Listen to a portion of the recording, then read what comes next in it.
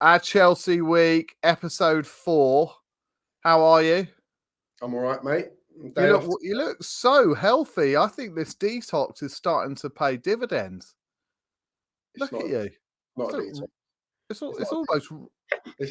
This is full of nothing but PG tips and sugar. I have to say, it's all a bit PG today. You've gone for the rhubarb gin's gone. I've got the old water. It's embarrassing, to be honest.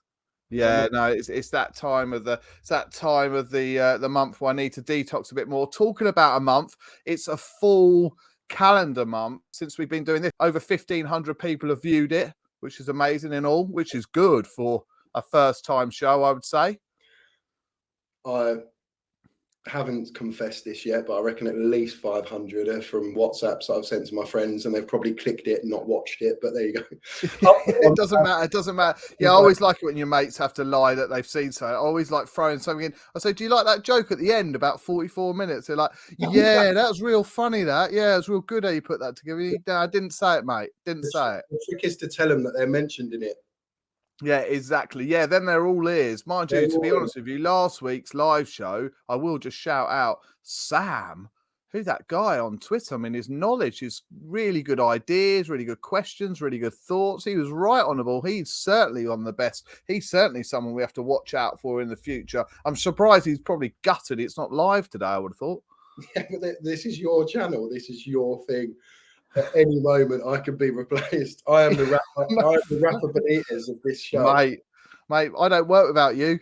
There was no channel before you. What are you talking about? This is bollocks. You're actually on. Can I just say he's now part of the picture on the YouTube channel. There is no channel without you. It's a tag team effort. Talking teams, Chelsea haven't got a game, but we will need to touch on the epic 8-0 on aggregate against our rivals, or are they rivals? We'll touch on that. Frank, yeah, I mean, it was brilliant. Frank Lampard, obviously, bless him, a year since he left, which almost means it's a year since TT joined. I think we're going to touch on that as well. Special day today. What's this day today? 25 years ago, you'll know. Oh, for Liverpool, 4-2. 2-0 down, 4-2 up. Chelsea come back and win the cup. Wallop. There you go. That says it all. And that was nice.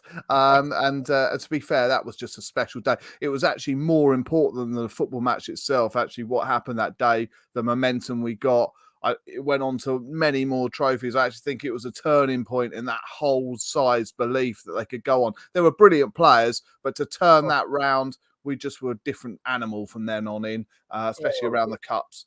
And then also I do want to touch on some of the transfer news or lack of it. To be honest with you, some of it will be rubbish, and the chances are Chelsea won't buy anyone. But let's start with the game. Where were you watching it? Mate, I didn't get to it. I had to watch it. I just watched it at home. I had the kids, and I just about made kickoff. But your perspective on how we played? The best we've played since we last played Tottenham, and then we played Tottenham. That was the best we played since we last played Tottenham. I thought we were good. I thought we were bang up for it. I thought the crowd. You sat in a different seat, didn't you? Yeah, we'll talk about my debut or my long-awaited return to the dark arts of the Matthew Harding lower. Do you know what? I thought we played it well. I thought we played it really well. I thought Ziyech. It was like watching Ziyech when he came to our place for Ajax in that 4-4 game. That was for me his best game. By a long way, wasn't it? Oh, what a goal! Yeah. It's a worldie. It's an absolute worldie. Can I just say that my seat in the Matthew Harding would have been superb to view it if I didn't have a drink problem and I wasn't in the bar downstairs talking to Tracy and all the rest of the reprobates. All of you missed it. Well, a couple of us missed it. I definitely missed it. I was going to lie and say I didn't, but I have. So it's a tragic situation. The worst thing is the guy next to me who I didn't know, nice chap, actually. I wish I found out his name. He was a really good lad. He said to me, I don't want to be a bearer of bad news. And I said, was it a good goal? And he's like, I mean, it's okay. I was like, mate, I can tell you're worried about it. Is it really just okay? He's like, well, it's a bit better than okay, I would say. And then I was like, and then it turns out by the end of the game, he was like, oh, by the way, you've missed an absolute weldy. You'll be disgraced with yourself. But to be honest with you, Oh, what a I goal! thought, I mean, to me, he's always had.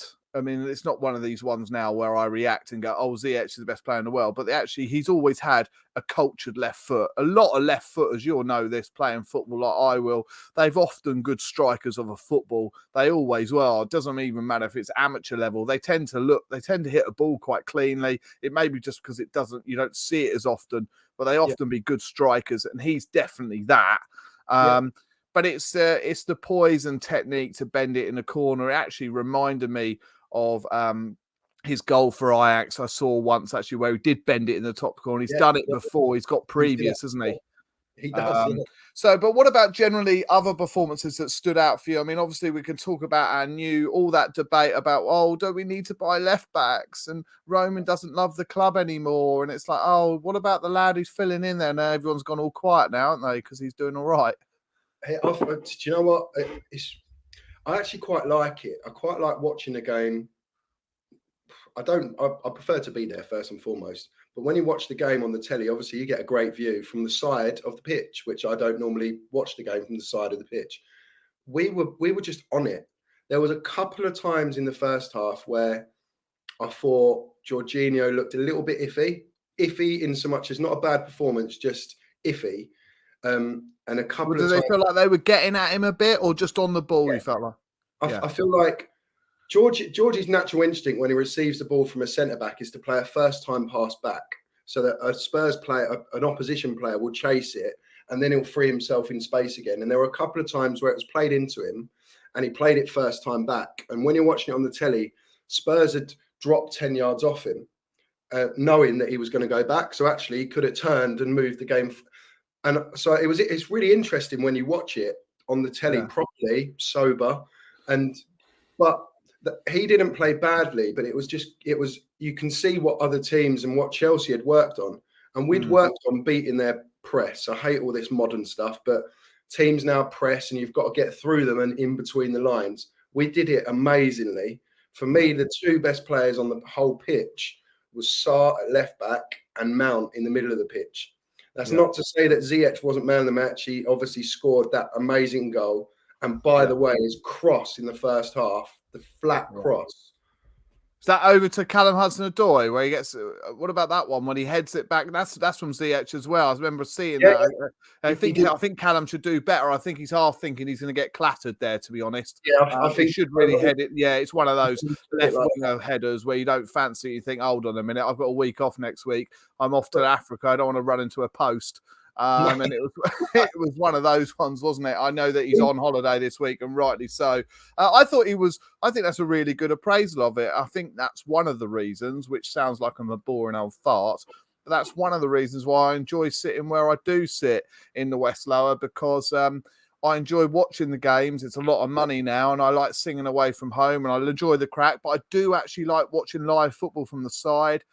Yep. You get a real feeling of that TV angle, but not really the pace of the game and the way it's coming off people. You know, you can see overhit passes, you can see body language from where I sit, and you can really get a feeling who's struggling on a football pitch. That's why I was able to call Pulisic the other week, because I could see Dave giving him more instructions than I get, putting up a photo at home by my missus. Do you know what I mean? He was getting loads. So, fantastic analysis of that. I thought that Ziyech was the best. I thought Sarr was impressive. It was a good display. Sarr did enough. Sarr's done enough for me in the games he's played for me to think, why would we even look at, I'm going to say second tier, because Chilwell is a great player for Chelsea.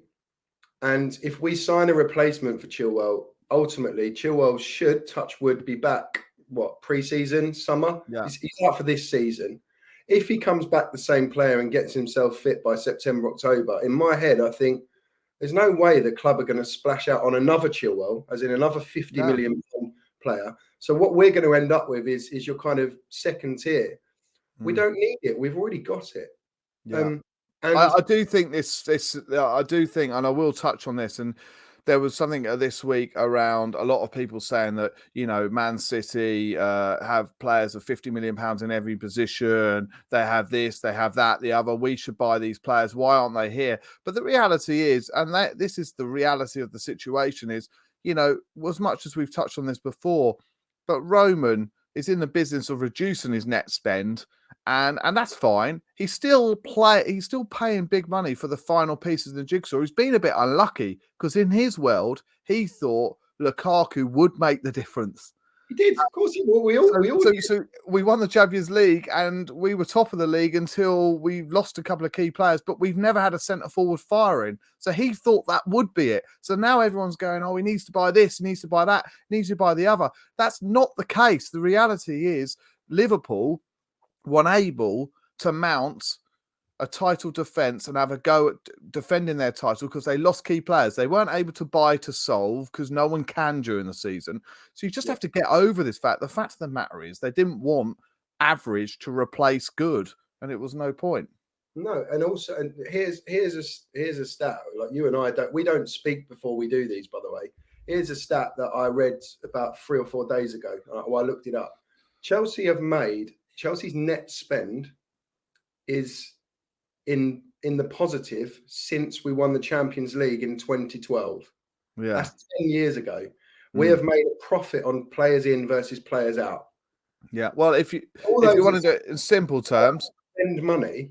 Yeah, we don't, and we haven't for 10 years. Well, we had a summer where we got Kai and Timo and Hakim and so on and so on. But I'm not going to bore you with it was the Hazard money and the Morata money, but it was. So unless we're going to sell a Lukaku or sell a Werner for 50 odd million, whatever, or sell a Pulisic for about £5 and a bag of sweets, we're not going to replace them. Yeah.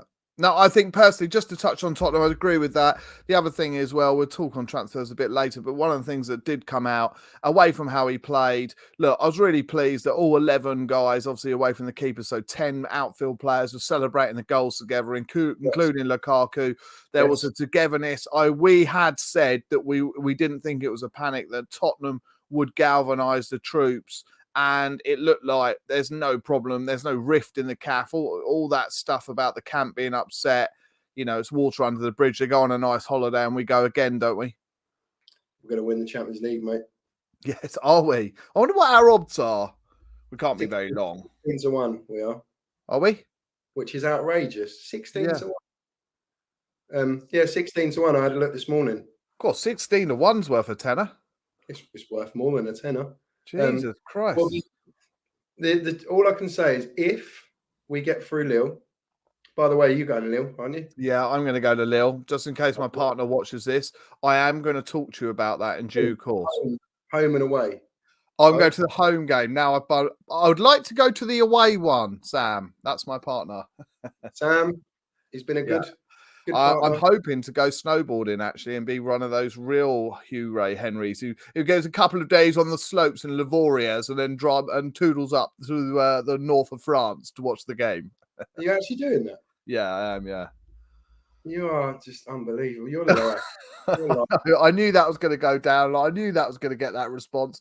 But yeah, I am meant to be snowboarding for 3 days from the Saturday to the Wednesday morning, and then I'll get a train to Paris and then out to Lille. So Wednesday is the 16th of March, isn't it? That's the game. Yeah. It's also Stuart Wilson's birthday. It is going to be a good one. Yes, I can imagine. Well, I will. I would have been definitely all snowboarded out by then. So I look forward to it. But look, obviously, you were touching on Lille. So you think we're going to win the Champions League? I think. Do you know what? Let's see the draw for the quarterfinal if we get there. But we are going to get there because I just said we're going to win it. Yeah. So I just don't want to jinx it. Yeah, I think we will. Malan starts come in. We're going to change the system. We've now got a break. We need this break. The players need to come back rejuvenated, etc. Yeah, we're going to win it. Nice. What a perfect way and what a perfect segue to change the subject after that that announcement from Scotty at 16-1 that he's going to sell his mirror on the home to raise the funds so he can put a bet on. at 16-1. He's going to treble his money. He's going to go and tell his partner after he's got this money-making scheme that Chelsea will win the Champions League back to get. That is absolutely fantastic. One of the things I want to talk about, and obviously it's sad, but it was the right thing. But the reality is it's Frank Lampard. Couldn't believe some of the abuse that Frank Lampard was getting yesterday. But a year on since his departure from Chelsea, I think it's a perfect time to touch on TT and what he's brought to the club. And then we'll perhaps review some of Frank's magical moments, because I'm sure we've got our own. Oh, yeah.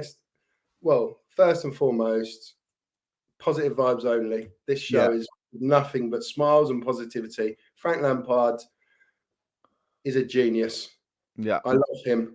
He's my favourite ever football player for Chelsea. Those that know me know that to be true. I watched that man. It's real low points in my life. Like, I won't go into it, but you know when you need a lift and football can provide you that lift? Yeah, brilliant. Always Frank. It was always Frank. Yeah, and that's brilliant. He'll always be in there for me. I was devastated a year ago. So upset. Yeah, I'm devastated yesterday. I'm sitting there reading comments, people laughing, little things on social media, like laughing. I think, how are you a Chelsea supporter if you're mocking him? Yeah. By the way, well, you can't be a Chelsea fan. When it was announced that we got him in, again, those that know me, I'll hold my hands up and say, I remember when I saw it announced and it came up on my phone, and I turned to my now ex-colleague, I've moved jobs, and said, for fuck's sake, like, this is another manager that's just going to get sacked in like 6 months' time. Like, and he's sitting, I remember him saying to me, Tuchel's all right though. And I said, no, not for me. How wrong was I? How wrong was I? Yeah. I love him. It's I mean, it's definitely a shame. I mean, the thing is about Frank Lampard, he'll go again, he'll come again. I'm sure he'll rise again. I've got a feeling that Frank Lampard's one of the most intelligent guys in football. So whether he's the best manager in the world or the best pundit, he's going to do everything to the best of his ability, and he will go again. And it wasn't the shambolic show that everyone likes to say. I mean, he qualified for the Champions League, he embedded some players in, he did Roman a favour in a transfer ban, and the club hold him in high esteem. There's no doubt about it. You could just tell by the language and the text of that statement they put out. It was a sad day for every single person. It wasn't a day where Roman Abramovich virtually drove AVB to the airport and Scolari, he threw him out the window. It was a sad day for everyone at the club. No doubt about it. You cannot be a Chelsea fan if you've got anything bad to say about Frank Lampard. It's impossible. You cannot be here, because the reason why is, I don't care if you think anything other than he was a rubbish manager. He's been a fantastic player for us, and you don't know your history, and therefore if you don't know your history, you can't be a Chelsea fan, can you? We haven't got any history, have we? Well, no, we haven't, and that was interesting. We didn't have any history at all. We haven't had anything, any successes or any players pass through or any magical moments or sides ever. And Liverpool always point that out. Peter Osgood doesn't exist, never existed. No. Kerry Dixon never existed. Ron Harris never existed. Go on the chopper. Yeah, I mean, we didn't win FA Cups, and we didn't nearly win the league in '99 and all those things before Roman Abramovich. And in fact, to be honest with you, the whole thing is just supporters' jealousy that we had an owner buy loads of money. But Frank Lampard will come again. TT's definitely been a revelation. There's no doubt about that. I do think one of the things with a manager and managers in this day and age, it is a bit of a shame, because you often feel like they're passing through a little bit. You do at Chelsea. Even the greatest ones feel like they're passing through, and they're only half a dozen of results away from a disaster, a calamity, and someone coming knocking. But while it lasts, while we enjoy it, I hope he continues to trend. What does TT, honestly, in your opinion, need to do this season trophy wise, and the position you can put in as well? What do you think he needs to do for the board to just steer clear of him and go, have a good summer, we'll see you in June? When do you think there is a problem? I don't think there's going to be a problem. Just saying, when do you think a board might go, do you know, we have an issue, you've lost 2 cup finals, whatever? Do you think that could ever happen? No, the only way I foresee that happening is if we fall to fifth or sixth in the league, or with the amount of games in hand that others have got on us, if we're a point ahead in third place and everyone below us is a point behind with four games, if we qualify for the Champions League, even if we finish fourth this year and we lose the League Cup final, we lose to Lille, we get knocked out by Plymouth, I still think he's in a job next year. He's got too much in the bank. Yeah, no, that's interesting. That's the question. I mean, it's no right or wrong answer as to how much has that Champions League banked him. How much is he supported? I think I tend to agree. I think personally, I think he's such a professional that he will definitely want to win that World Club Championship for sure. Just because Roman hasn't done it, and Roman will like to tick that off the list. So let's get that one done. I think it's always important that Chelsea are able to beat rivals in cup finals, and that Liverpool game is bigger than a lot of people think. It's a huge game for both clubs because they know they're both short in the league for me. So I actually think there's a lot on that, a lot on it. And not his job, but he'll know how important that one is. We'll win that. Yeah, well, we got to, because you didn't fancy you didn't want Arsenal, did you? You thought they would turn us over. The only thing that bloody Liverpool annoyed me is just it just annoys me how they've both cleared off to Africa and they're still playing lovely football. It's like, oh, what is going on? What is Jota? Great player. He's know. He's annoying. He's annoying. Oh, he is annoying. He drives me mad, but he's certainly been he's a wonderful player. Do you know what as well? They only signed him because we got Timo. Yeah. Well, talking about it, don't do it. I thought it was all joy and happiness. Talking the opposite to Timo. I love Timo. The opposite to Timo, who is hardworking and industrious. He isn't the world's greatest finisher, or he hasn't proved it. Now, Frank Lampard was one of the greatest finishers I've ever seen in any position, any football I've ever seen. He is a generation football, the best scoring midfielder in my lifetime of any player I've ever seen. That's how good Frank Lampard is. And if you don't think that's the case, then you don't know football, because every team in world football would have bought what he could offer them at one place. Barcelona, Real Madrid, they all would have had him. So just name me a couple of moments, whether you're live, at home, what moments stand out for you for Frank Lampard? Because obviously, by the way, I can only have this show 50 minutes. We can't run it into tomorrow because he's got 200 odd moments, hasn't he? But you get what I mean. That's the chip in Barcelona. Remember that? Which he meant. Yeah, well, he says he meant it. I think he did. He did. What a goal that was! I was behind the goal when he almost miscontrolled it with his chest and it went over his head. Bayern. You were there. Yeah, I was behind the goal. Are you talking Bayern? Bayern. I was literally behind the goal, as in I was watching the game through the net. I think I was in row 3, level with a crossbar. And just to my right, I saw him chest it up in the air. And when the ball came back across, I was like, the place went. That was a great game, by the way. Yeah, that's behind me. I'm behind him. So when I see him take it on the chest, he takes it on the chest and he spins. It's almost in slow motion because his timing of the volley. Do you know that he tried it in training afterwards for a laugh? They were trying to do it afterwards. Really? And he's actually, it's a really good story. He documented this, said that Maka and him were trying to do the same goal and they were doing the same ball. Frank Lampard said he couldn't hit a barn door doing the same thing. He tried it 100 times. He couldn't do it. It was that kind of special moment. I mean, also off the half volley on the turn with your opposite peg, have a word in a game that big. I mean, that was when Frank Lampard was operating at his very, very best, which always was great. Do you know that Frank Lampard for 10 seasons, this is just shocking stat, for 10 seasons, averaged 14 Premier League goals. 14 for 10. And do you know, obviously, only goalies have this record. He played 160 games consecutively. It went over 4 seasons, didn't it? It was like it's incredible. Only goalies have those records. The top 10 appearance makers in the league, 8 or 9 of them will be goalies. Certainly not centre midfielders like smashing into tackles. Like No, every he. 5 minutes Right, you're in a 50-50.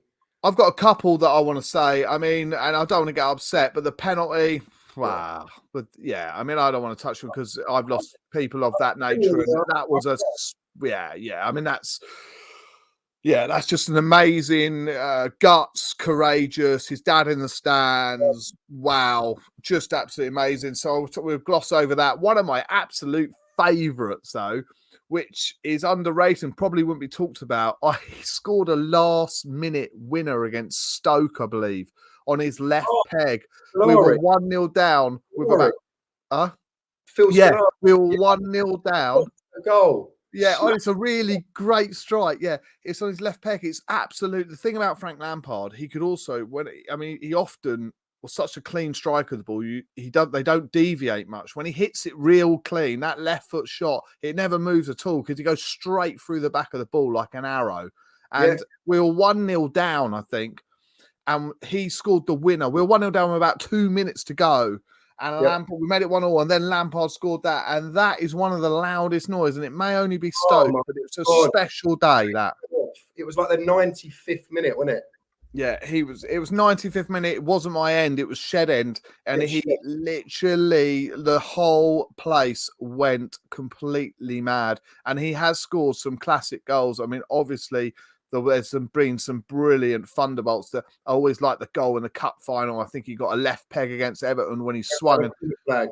Yeah. Exactly, that was it. And I loved his penalty for some reason in Munich when he just said, I'm just going to take your head off. That's what I'm going to do. Right through you. And if you want to stand there, you can. I'll tell you a goal, right? And you made me think of this on what you said, like Frank Lampard's technique and never write him off. I think it was the first game of the season one year, and we played Hull. Do you remember? When he chipped it. I think it's the one where Kevin De Bruyne played for us. Yeah.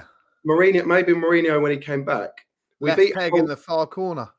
He did. No, that was Drogba.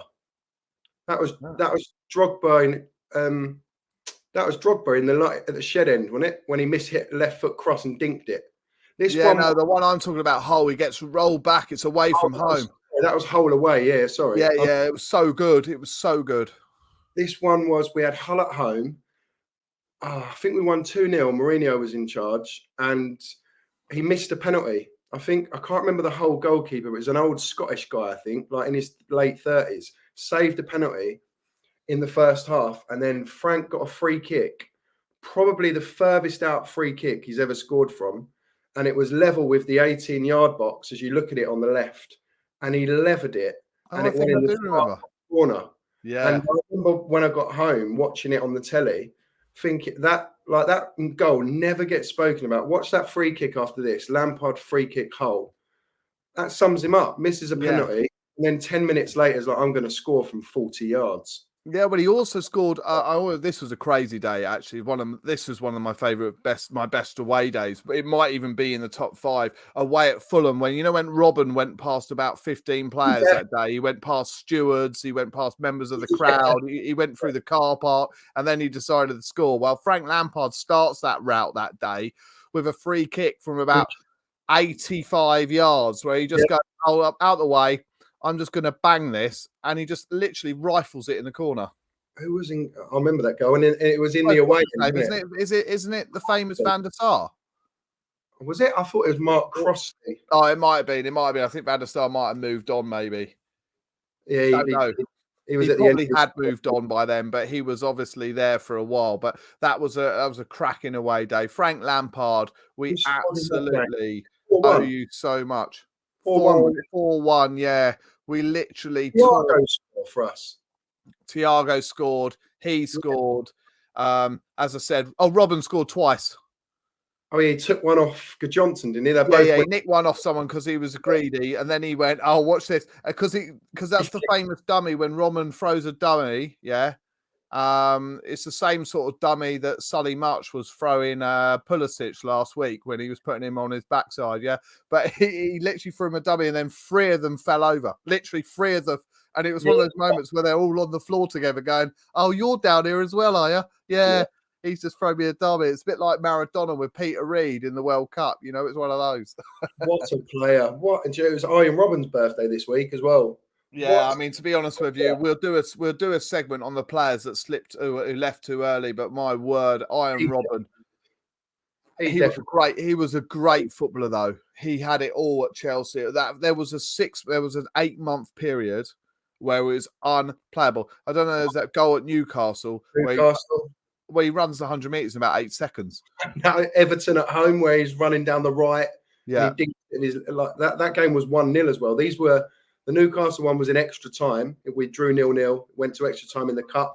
So these weren't meaningless goals. These were winning games. Oh no, he was so good. He was also involved in that amazing game when Norwich, when we had that tiki-taka goal where we was about 6-7 passes on the it was like Lampard and then he smashes it in the corner. That was one of the games when we started playing some football. Frank Lampard, we absolutely salute you. You owe you so much. We wish you all the very best, whatever you do. Let's hope it's soon coming back into management, because it's one of those horrible games, football. If you leave it too long, your name loses a little bit of its power, and he needs to get back in at football. I would get back in the Championship. I'd get back with a side. I'm surprised that the Watfords and people like that aren't after him, but Everton, all those clubs, I would take Frank Lampard, get him and give him a go. He's a real man manager. I think he got the best out of a Derby side. They played for him, Derby, didn't they? And they did at Chelsea, especially in that first year. So all the very best to Frank Lampard. What else are we touching on? Right. Before we go, I do want to talk about the famous game which we mentioned 25 years ago today. That makes me feel so old. I was at that FA Cup 4th round. I was there. I was with my granddad and my dad and my uncle. How tragic. How old am I at now? It's unbelievable. Unbelievable, it? 25 years. Right, what? How has that happened? Do you know what? My Uncle Dave, I saw him. I took him to the Brighton game. Yeah. He's always had he's a bit of a dreamer, my Uncle Dave. He likes the spectacular. He likes the fairy tale. He put a bet on the day Chelsea 4-2. Can you believe it? No way. On my mum's life, 67-1. That's all it was. He won 67-1, and he held that betting slip because in them days it wasn't Sky Bet. No, you went back to the shop. He had the little pencil and he used the little blue pens. Do you remember those little blue pens at Chelsea? Those little biros, they were everywhere. None of them worked. You always get used to people come up to you and go, right, you got a blue pen. I was like, they're over there. I was like, yeah, there's 60 over there. He said, none of them work. And all you used to do is you used to score. You almost needed a Swiss Army knife to carve. You used to carve Gallas into your betting slip. Do you know what I mean? But we won. I mean, were you there at that day? Are you not there? Yeah, we were there. We sat, that was the first 96, 97. Yeah, that was the first year that we had our seats behind the goal. So we were basically at the end that none of the 6 goals were scored. yeah, because, well, to be honest with you, there was no one at the end apart from construction workers, was there? There was no shed. So the crowd, actually, it's really weird on TV because they pan around to the west. On stand, wasn't it? The shed was out of action. We were in the west, but the shed was out of action. So everyone was losing their marbles everywhere else in the ground. But of course, the goals, you couldn't really see what was happening. It looked like no one was really cheering. But I honestly would go as far as to say that it's funny when Liverpool we say about their no history. I think it's quite amusing because they've been so directly linked in our history. It's quite amusing. It's actually uncanny how many times. So that game in 97 was massive. It galvanized us. We then obviously had the crucial, probably even arguably a bigger game when Jasper Gronka slipped over and drilled it in the corner. I was at that day. Desailly, Champions League, Roman comes in, massive.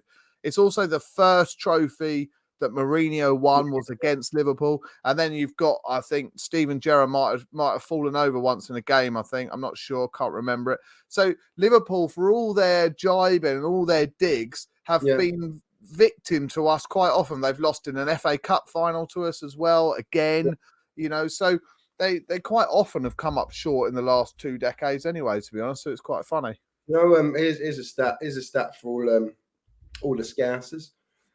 Chelsea won a European Cup, not the European Cup, a European Cup in 1971, right? Yeah. Beat the mighty, great, best Yeah. team in Europe, Real Madrid, in the Cup Winners' Cup, Yeah. 1971.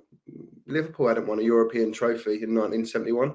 Yeah, I know. It's There's your history. Now bugger off. Yeah, I know exactly. But I tell you what, they, not to touch on the rising issues at football games at the moment, which I saw in the press yesterday, that there's more domestic trouble at football. But they're a nice, hospitable bunch, aren't they? The Liverpool fans, they're going to be absolutely lovely on Wembley.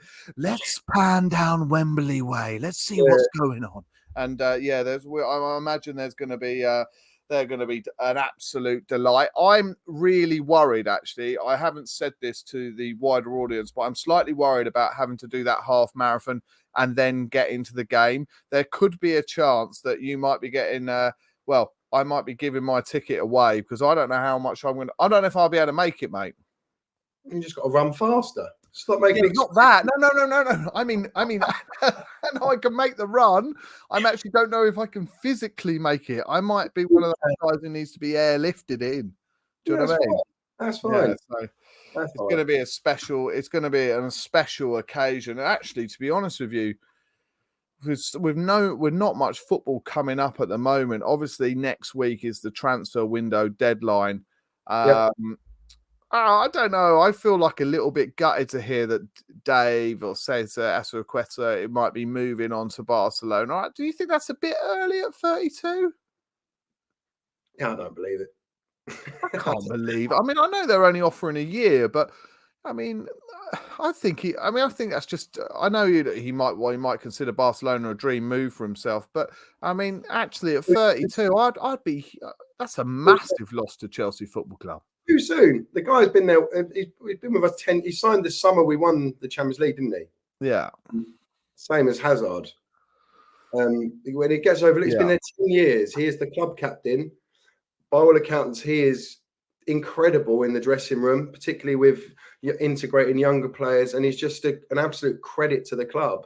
And on the pitch, similar to Alonso to a degree, but in a different way. Yeah, of course, he's gone through dips and bumps, but I remember 2 or 3 years ago people writing him off, and then he had an unbelievable season.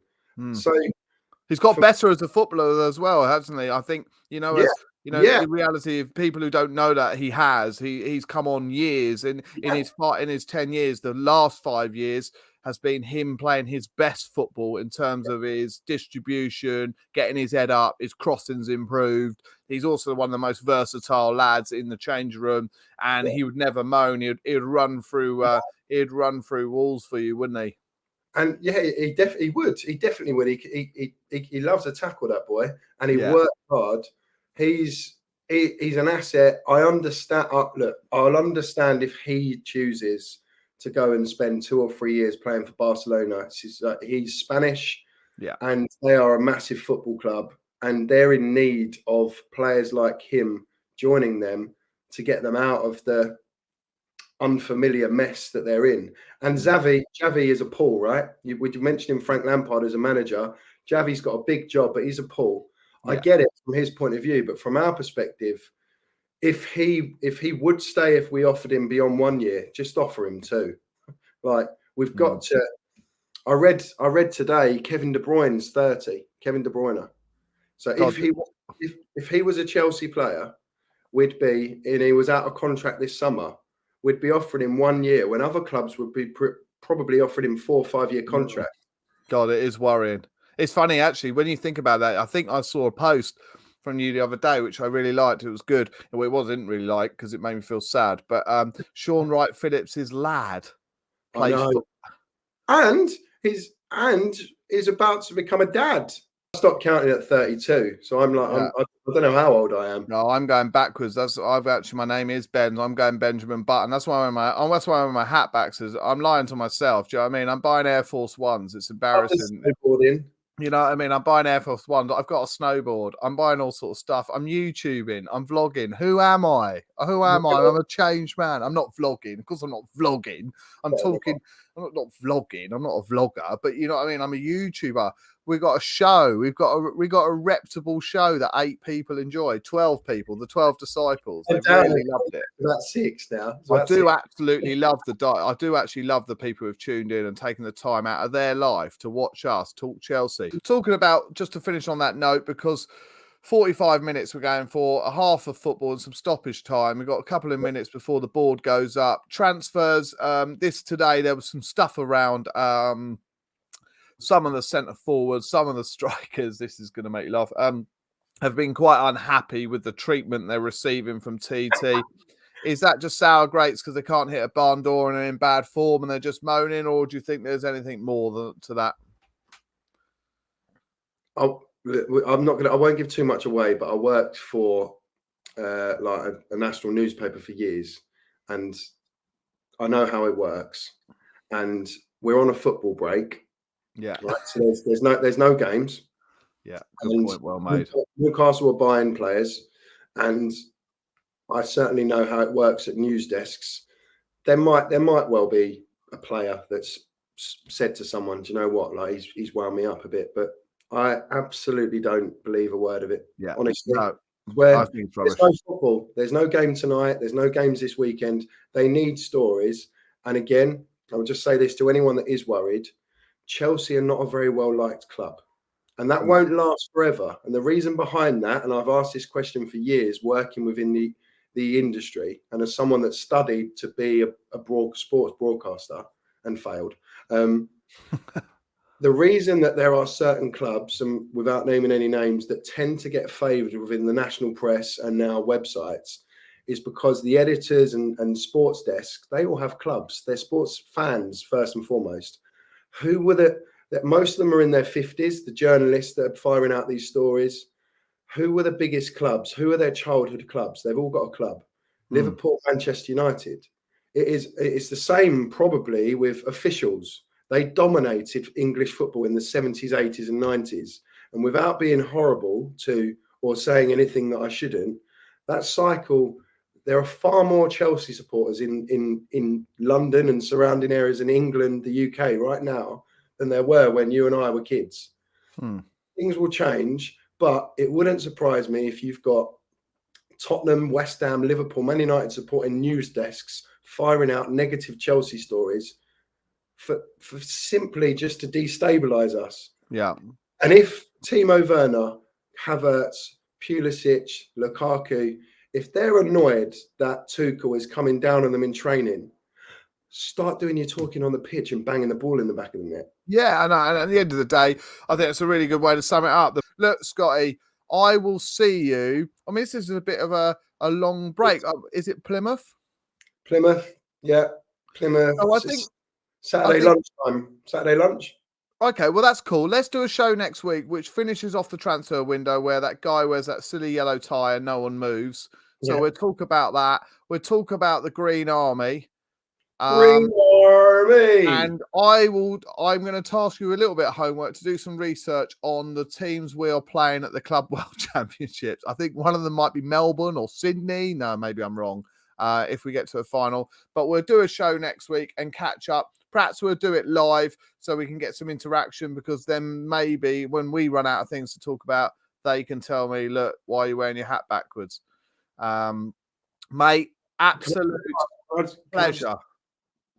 What are you going to do tonight and tomorrow and Friday and Saturday and Sunday specifically? Because I need some advice on how you live a life without football. I've got no idea. I'm panicking. So to be honest with you, I mean, how stupid. This is how bad it is. I went to the gym this morning at 6:45 in the morning. That's never happens because I'm normally out doing something. At the weekend, I don't even want to talk about it. I'm hoping to play golf. I'm out Saturday night. Oh, I tell you what I am doing, which not everyone will like. I quite like the NFL. Yeah, playoff, mate. It's playoff weekend. It's big time stuff. You stay up late, you drink wine. It's good fun, especially if there's no football. But yeah, what are you doing? You're going to watch the Australian Open final tennis? I don't know who's in it. Who's in it? Yeah, exactly. Well, you've got to find something to do, mate. Well, spend some time with your I'm going to avoid The Masked Singer because I think it's horrendous. That's the And worst program I've ever seen. it's awful. Who came up with the And also, concept? do you know what annoys me about the Masked Singer? Just quickly before we go, it really annoys me how they've got pre-designated things to say. Like, why don't they ever just go? Do you know what? I think you're right. I do think it's the person from Coronation Street. They've always got 4 different ideas, haven't they? I know, and they'll So get it they'll get really a guy annoys on me. there, they'll get a male voice that's clearly like in their 70s, and they'll go like Stephen Gerrard. Yeah, I know. Yeah, I know. They always do that. They always do that. They do this thing where they just they predict who these people are. They haven't got a clue. And the worst thing is, their person they've predicted has obviously been asked by their agent to give them some exposure. So they're always mentioning someone who wants to be. So it's so obvious that that person is obviously, if you look it up, has probably got a book, a series, or a need, or an advert coming out. Absolutely hate that. As long as they don't have a YouTube channel talking about the Chelsea. We're talking about the Chelsea. We've got some props. Look at that. I've even got John Terry, the signed John Terry there. And yeah, that is signed there. Yeah. So it's all very exciting stuff. I better not tell anyone because someone will have me at that away. I need a proper home for that. Scotty, 50 minutes. Obviously, quite a serious cruciate ligament injury. So they're still on the pitch. No, it's VAR. Jota's gone down. So they're trying to. Jota's gone down. Jota's gone down. I will talk to you about the Green Army. I've got a feeling the Plymouth fans are going to come for a real party. Yeah, they will, mate. I can't The only wait. thing is, it's so annoying. It's 12:30, isn't it? No, it just means that we all meet up afterwards and have a bloody good day. Yeah, nice way to finish. On that note, love the backdrop, love the fact that you're doing well, and enjoyed tonight. It's been great fun. And you, mate. All the best, you. Up the Chelsea. See you later, matey. Bye.